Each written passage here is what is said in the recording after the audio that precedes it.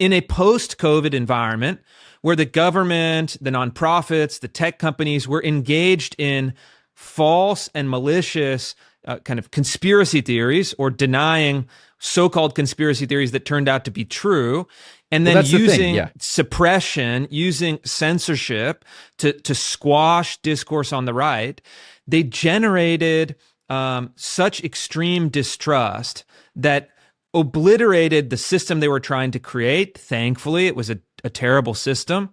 But now we're left with this kind of difficult place where on the right, we kind of don't know how to navigate it. And you have the conspiracy theorists, conspiracists, racialists, members of the kind of podcast land that are generating an audience and following the incentives. They're chasing the algorithm wherever it goes.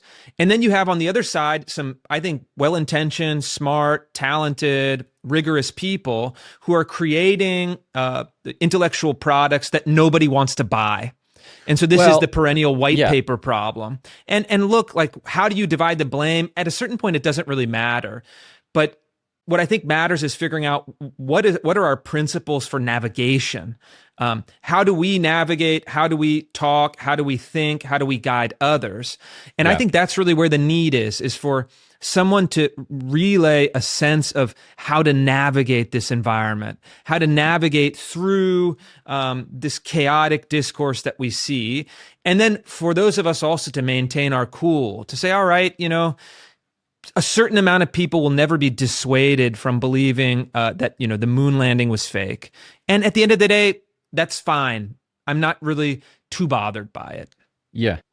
Okay. Well, okay. So maybe I'm just being disagreeable today, but the thing here, I think it's your birthday. You have the right. Yeah. Okay. The thing here is, I think like everybody is approaching this more or less with the same intentions. Maybe there are some bad actors. There are certainly bad actors out there. Okay. But like, I want to trust that people are saying, look, I want to know what is true. I'm going to tell my audience what I think is true to the best of my ability. And you have here's the quintessential sort of example of where our kind of epistemic grounding got so badly shaken up over the last 10 years. Like, Alex Jones would go on the air and he'd declare with like a literal tinfoil hat on that they're turning the frogs gay. Shocked by it, so I'm up here bashing it because I don't like gay people. I don't like them putting chemicals in the water that turn the friggin' frogs gay. Do you understand that? Serious crap. And then like all the smart, serious people would sort of laugh at Alex Jones for saying that they're turning the frogs gay. Well, guess what? They're actually, they were turning the frogs are gay now. Okay. All the frogs are gay. They were putting atrazine or whatever the chemical was in the food supply. And the frogs were actually turning gay. Okay. And so he was right. And now everybody's going, well, if they were turning the frogs gay, what else were they doing? And so, okay, we're going to sit here and we're going to try to tell our audience as best we can what we think is true based on a fair and sober evaluation of the evidence in front of us. And there's going to be some other people around who are taking a slightly different position on these different questions. Some of them are going to be way outside what we think is reasonable. And over time, we will, through this sort of pastiche, through this collage of different voices and different perspectives, somehow start to settle on what is and isn't true. I mean, maybe this is maybe I'm being just the ultimate free speech lib here, but this is the point of free and open discourse. You have all of these people saying what they think is true, or maybe even not. Maybe they are lying. Maybe they're being manipulative and steering their audience down the garden path for their own sort of malicious purposes. Nonetheless, this big sort of stew of noise is what ultimately produces some amount of truth, at least in the long term. I think in the short term, it produces a lot of schizophrenia too, and that's the thing we're sort of dealing with is this window where we haven't quite shaken out who is and isn't reliable. Okay, that's my word on this.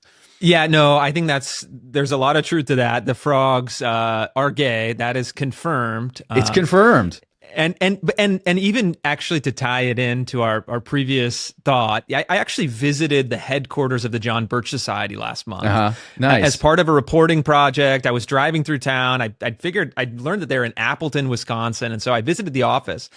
And they had pulled some files for me because I was interested in this fluoridation of the water question. Yeah. The John Birch Society was saying that fluoridation of the water, this was back in the 1950s, that it was harmful to health. It didn't offer the dental benefits as promised. It was part of a kind of communist plot to soften the American people, to make them more susceptible to communist infiltration. And like many things with the John Birch Society, maybe there was a grain of truth that they took too far. But it is kind of interesting that actually now RFK Jr., leader of the Maha movement, current HHS secretary, has essentially published as official government policy that fluoridation in the water is more harmful than helpful, and they're issuing recommendations to remove it. And in fact, many cities have done so in the past decades. And so, again, I don't know. I'm not a scientist. I'm not a chemist. It's not an interest scientifically for me, but it's an interest politically.